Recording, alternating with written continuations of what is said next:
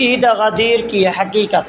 حضرت علی رضی اللہ تعالیٰ عنہ کی نسبت۔ من کنت مولا فعلی مولا۔ بسم اللہ الرحمن الرحیم۔ السلام علیکم ورحمۃ اللہ وبرکاتہ۔ معزز سامعین اکرام، رسول اللہ صلی اللہ تعالیٰ علیہ وآلہ وسلم نے حجۃ الوداع سے مدینہ منور واپسی کی موقع پر غدیر خم، جو کہ اور مدینہ کے درمیان ایک مقام ہے، پر خطبہ ارشاد فرمایا تھا، اور اس خطبے میں حضرت علی کرم اللہ وجہ کی نسبت ارشاد فرمایا تھا، من کنت مولا فعلی مولا، یعنی جس کا میں دوست ہوں علی بھی اس کا دوست ہے۔ اس کا پس منظر یہ تھا کہ حجۃ الوداع سے پہلے رسول اللہ صلی اللہ تعالیٰ علیہ وآلہ وسلم نے حضرت علی کرم اللہ وجہ کو یمن کے طرف والی عامل بنا کر بھیجا تھا، وہاں کے محصولات وغیرہ وصول کر کے ان کی تقسیم اور بیت المال کے حصے کی ادائیگی کے فوراً بعد حضرت علی کرم اللہ وجہ حضور صلی اللہ تعالیٰ علیہ وآلہ وسلم کے پاس حج کی ادائیگی کے لیے پہنچے۔ اس موقع پر محصولات کی تقسیم وغیرہ کے حوالے سے بعض حضرات نے حضرت علی کرم اللہ وجہ پر اعتراض کیا، اور یہ اعتراض براہ راست نبی کریم صلی اللہ تعالیٰ علیہ وآلہ وسلم کی خدمت میں حاضر ہو کر دہرایا۔ آپ صلی اللہ علیہ وآلہ وسلم نے انہیں اسی موقع پر انفرادی طور پر سمجھایا اور حضرت علی کرم اللہ وجہ کی تصویب فرمائی، بلکہ یہ بھی ارشاد فرمایا کہ علی کا اس سے بھی زیادہ حق تھا۔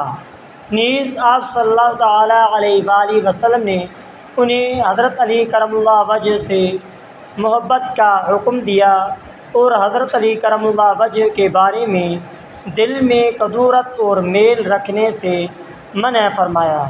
چنانچہ ان حضرات کے دل میں حضرت علی کرم اللہ وجہ کے طرف سے بالکل صاف ہو گئی۔ وہ خود بیان فرماتے ہیں کہ نبی کریم صلی اللہ تعالیٰ علیہ وآلہ وسلم کے اس ارشاد کے بعد ہمارے دلوں میں حضرت علی کرم اللہ وجہ محبوب ہو گئے۔ البتہ اسی حوالے سے کچھ باتیں سفر حج سے واپسی تک قافلے میں گردش کرتی رہیں۔ آپ صلی اللہ تعالیٰ علیہ وآلہ وسلم نے محسوس فرمایا کہ اس حوالے سے آپ صلی اللہ تعالیٰ علیہ وآلہ وسلم حضرت علی کرم اللہ وجہ کے قدر و منزلت اور ان کا حق ہونا بیان فرمائیں۔ چنانچہ سفر حج سے واپسی پر مقام غدیر خم نبی کریم صلی اللہ تعالیٰ علیہ وآلہ وسلم نے ایک خطبہ ارشاد فرمایا، جس میں بڑی حکیمانہ اسلوب میں حضرت علی کرم اللہ وجہ کا حق واضح فرمایا، اور جن لوگوں کے دل میں حضرت علی کرم اللہ وجہ کے بارے میں کوئی شکوک یا شبہ تھا، اسے یوں ارشاد فرما کر دور فرمایا، اللہم من کنت مولا فعلی مولا، اللہم والی من والا وعاد من عاداہ۔ قال فلقیہ عمر بعد ذلك فقال ہنیئا لک یا ابن ابی طالب، اصبحت وامسیت مولا کل مؤمن و مؤمنہ۔ ترجمہ یعنی اے اللہ، جو مجھے دوست رکھے گا وہ علی کو بھی دوست رکھے گا، میں جس کا محبوب ہوں گا علی بھی اس کا محبوب ہوگا۔ اے اللہ، جو علی سے محبت رکھے تو اس سے محبت رکھ، اور جو علی سے دشمنی رکھے تو اس کا دشمن ہو جا۔ آپ صلی اللہ تعالیٰ علیہ وآلہ وسلم کے اس ارشاد کے بعد حضرت عمر رضی اللہ تعالیٰ عنہ حضرت علی کرم اللہ وجہ سے ملے تو فرمایا، اے ابن ابی طالب، آپ کو مبارک ہو، آپ صبح و شام ہر مومن مرد اور ہر مومنہ عورت کے محبوب بن گئے ہو۔ تمام حضرات شیخین سمیت تمام صحابہ رضی اللہ تعالیٰ عنہم اجمعین کے دل میں حضرت علی کرم اللہ وجہ کی محبت پہلے سے تھی۔ جن چند لوگوں کے دل میں کچھ شبہات تھے، آپ صلی اللہ تعالیٰ علیہ وآلہ وسلم کے اس ارشاد کے بعد ان کے دل بھی حضرت علی کرم اللہ وجہ سے محبت سے سرشار ہو گئے۔ اس خطبے سے حضرت صلی اللہ تعالیٰ علیہ وآلہ وسلم کا مقصود یہ بتلانا تھا کہ حضرت علی کرم اللہ وجہ اللہ کے محبوب اور مقرب بندے ہیں۔ ان سے اور میرے اہل بیت، ازواج اور اولاد و خاندان نبوت سے تعلق رکھنا مقتضائے ایمان ہے، اور ان سے بغض و عداوت یا نفرت و قدورت ایمان کی منافی ہے۔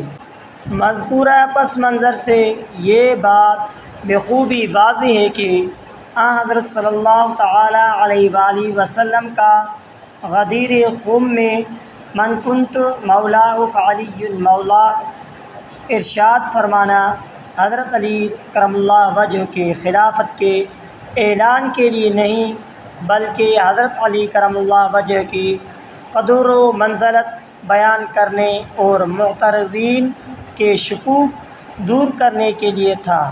نیز حضرت علی کرم اللہ وجہ کی محبت کو ایک فریضہ لازم کے طور پر امت کی ذمہ داری قرار دینے کے لیے تھا، اور الحمدللہ اہل سنت والجماعت اتباع سنت صلی اللہ تعالیٰ علیہ وآلہ وسلم میں حضرت علی کرم اللہ وجہ کی محبت کو اپنی ایمان کا جز سمجھتی ہیں، اور بلا شبہ حضرت علی کرم اللہ وجہ سے اہل ایمان ہی محبت رکھتے ہیں۔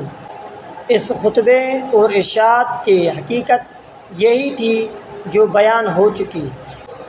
باقی ایک گمراہ گروہ اس سے حضرت علی کرم اللہ وجہ کے لیے خلافت بلا فصل ثابت کرتا ہے، اور چونکہ یہ خطبہ ماہ ذی الحج میں ہی ارشاد فرمایا تھا، اسی لیے ماہ ذی الحج کے 18 تاریخ کو اسی خطبے کی مناسبت سے عید مناتا ہے، اور اسے عید غدیر کا نام دیا جاتا ہے۔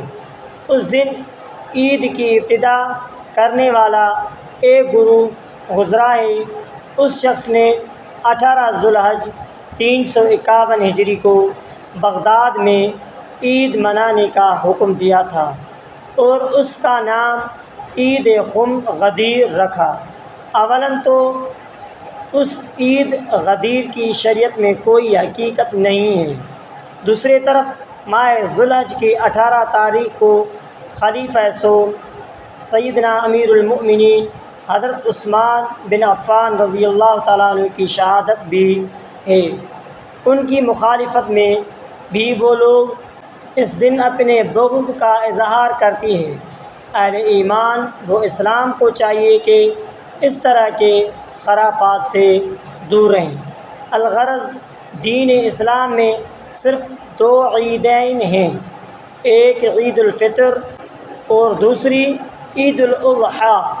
ان 2 کے علاوہ دیگر تہواروں اور عیدوں کا شریعت میں کوئی ثبوت نہیں، اسی لیے نہ منانا جائز ہے اور نہ ان میں شرکت درست ہے، اور نہ ہی مذکورہ بلا حدیث سے حضرت علی رضی اللہ تعالیٰ عنہ کی خلافت اول ثابت ہوتی ہے۔ نہ کچھ یہ زیادہ تر وہ گروہ افسانے ہیں۔ نوٹ: آپ اپنے کسی جاننے والے کا عید غدیر کی خوشی والا اسٹیٹس دیکھیں تو اس کو ضرور پیار محبت سے سمجھائیں کہ یہ عید غدیر کیا چیز ہے اور کس وجہ سے دشمنان اسلام مناتے ہیں۔